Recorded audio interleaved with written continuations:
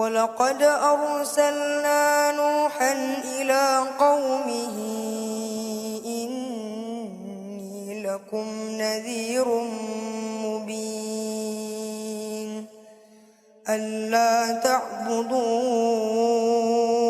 إِلَّا اللَّهَ إِنِّي أَخَافُ عَلَيْكُمْ عَذَابَ يَوْمٍ أَلِيمٍ. When we say we believe in Jesus, He is the Masihullah, nothing satisfies them. They want you to be baptized, put you in the water and take you out, put you in as Muslim and take you out as Christian.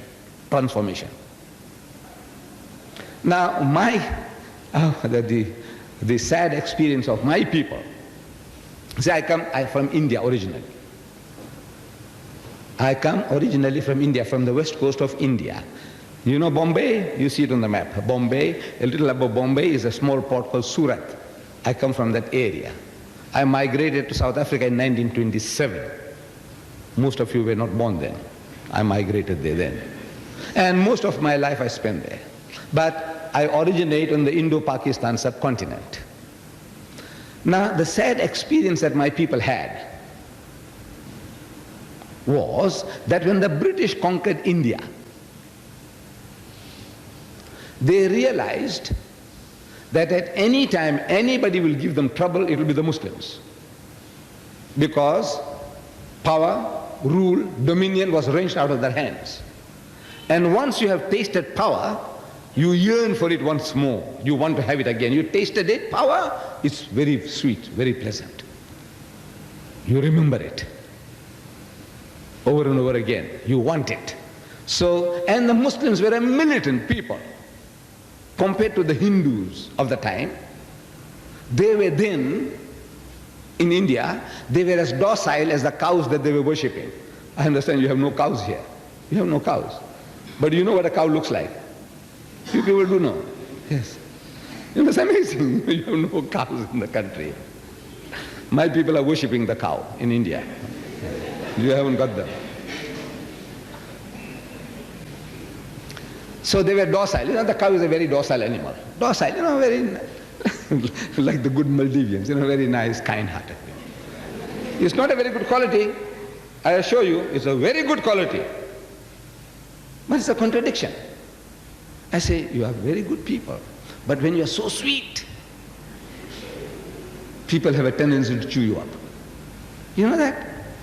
It's a human failing. When we find people are very nice, we take advantage of the good nature.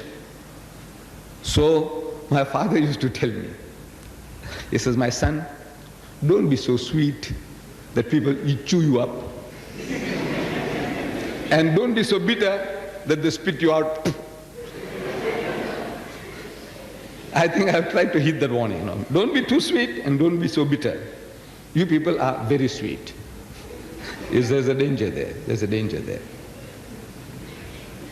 However, you see, the Christians, the British, they felt that if we can change the Muslims, if we can convert them, if we can teach them to turn the other cheek, because Jesus Christ is supposed to have said in the Christian Bible that he who strikes you on the right cheek, give him the other. Now if we can make the Muslims to do that, we can rule them for 1,000 years. So they started pouring in the missionaries, preachers, priests into India like frogs in the rainy season. I see you have a rainy season here, but I haven't seen any frogs. Do you have frogs here? Frogs? You have frogs. I don't know, I'm talking to people, they have no cows. I don't know whether you have frogs on this island or not. I understand you have no dogs either. No dogs, no pigs. Wonderful country. So I have to start telling you everything, what a dog is like and what a dog does and how it behaves and the pig what it does. But I'm sure you learn all this at school. You know, I won't waste my time with you. So they started pouring in the missionaries like frogs in my country, in India. In rainy season, the frogs come out by the thousands. You see? Therefore I said frogs in the rainy season. You have a continuous rainy season, so the frogs don't come out. And these missionaries you see, they started challenging the Muslims to public debates, thinking by getting our alim on the platform, debating with him and making a fool out of him in front of the people, that everybody will get converted. This was the psychology. So they started challenging the Muslims to public debates. At first the Muslims were reluctant, naturally. These people had just conquered us, and if some of our alims speak a bit too militantly, like people have a tendency to say, Mr. Deedat speaks too militantly. He's too militant. Even nice, kind, soft people to talk, nice, sweetie, sweetie, goody, goody. I don't know. Allah has made me what I am. If the mic systems fail, I can still talk to you all at the back. This is something Allah has given me. My voice, my height, everything He's given it to me. I didn't acquire it. He gave it to me. And I'm using it. And it's paying dividends. It gives me good returns. But now some of our brethren who are a bit more timid, they say, he speaks too loud. He gets hot under the collar. He's too militant. He must speak softly, kindly. So the people were afraid, going and debating with the Christian, the ruler, her people, and getting into some political difficulty. They might send you to the Andaman Islands then. I don't know if they knew about Maldives, that was close, the Andaman Islands, they call them Kalapani, black waters. So he says, no, rather keep out of harm's way. Silence is golden. So, and we didn't know the language. We couldn't speak English, our people, our learned men. They only knew Urdu, Farsi, and the native language. They didn't know the language of the rulers. So the missionaries, they mastered our language. And this is the genius of the Westerner. If you allow him to make inroads into your country, in 3 months' time they'll learn your language. And they'll talk to you in your language. They'll present to you the Bible in your language. Not in English or Arabic, that they have, plenty. But in your own native tongue and in your own script. The script that you are writing, I can't read. That script, they'll give it to you. And you lap it up. You can't help it, it's human nature. Your tongue, mother tongue, there's nothing sweeter to a man than his own mother tongue. There's no better way to get into the heart of a person than through his own mother tongue. If I could speak your language, wallah, I would have spoken it to you. So they started mastering our language, Urdu. And now they started challenging the Muslims to debates in Urdu, the language of the elite in India, the alims, the learned men, what to do. So the younger generation persuaded a Maulana Abdul Aziz of Delhi. They call him Maulana Abdul Aziz Dehlavi, means of Delhi. So look, Maulana Sahib, means respected learned man, Maulana. I wonder if you understand, the Sheikh, respected Sheikh. They want to debate with us in our own mother tongue. How can we say no? So the poor man was forced to agree. And a certain reverend founder, who was the head of this Christian missionary movement, he and the Maulana had a debate, and 100,000 people gathered. I don't know how voice was carried those days. There was no mic system, no loudspeakers. But people, they had that fun of it. From a distance they can see what's going on. They're like tiny little pins, they're standing there on a platform and they're saying something. What did he say? What did he say? And everybody pass on something, whatever he imagines. The Maulana gave one uppercut. This is how they got vicarious pleasures, you see. So, according to the appointed time and date, the debate starts.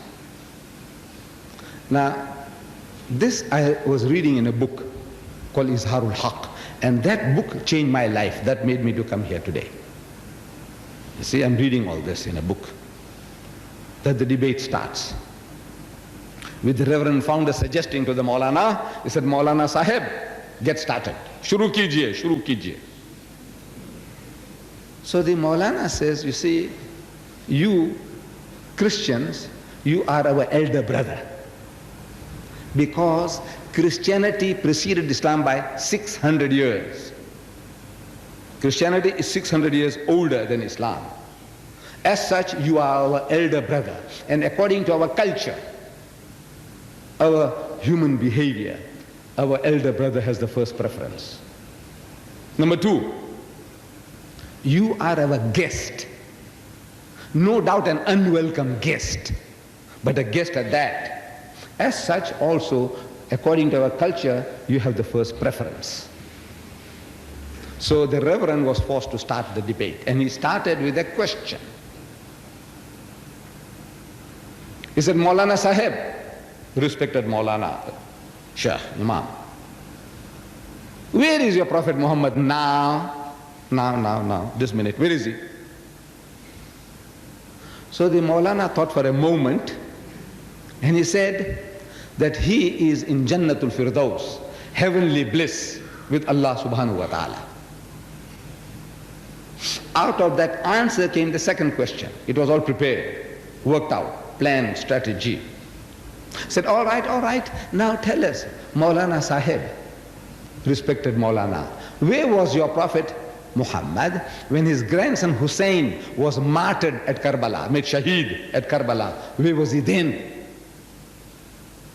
So the Maulana again thought for a moment, and he said that he was still in Jannatul Firdaus, heavenly bliss with Allah subhanahu wa ta'ala. Out of that answer came the third question.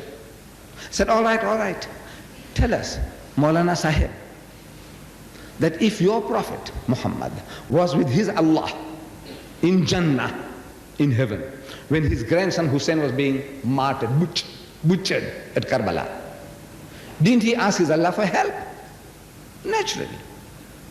If somebody is taking unfair advantage over me, I'm an old man of 70 years, I can ask my younger brother and say, look man, this fellow is taking advantage, man, please, come to the rescue. Won't I? It's natural.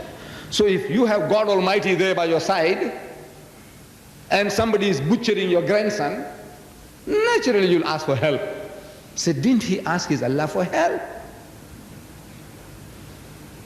And there was a long pause.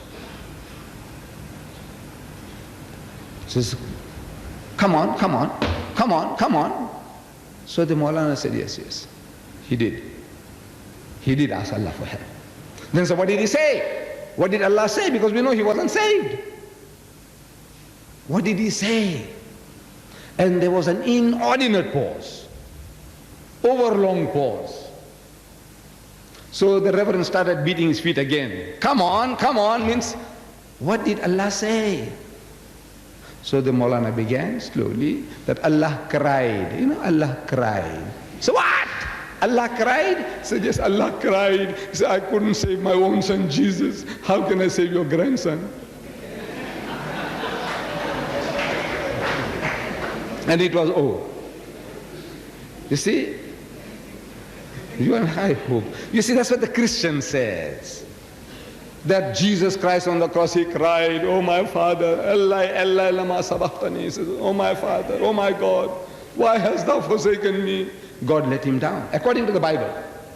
So he said, if I can't save my own son from the Jews, the most despicable community, they kill my son and I couldn't do anything. How can I save your grandson? Utterly helpless. Debate was over. It was a matching of the wits. It had nothing to do with truth or falsehood. So this is a matching of your wits, cleverness. Who gets in first?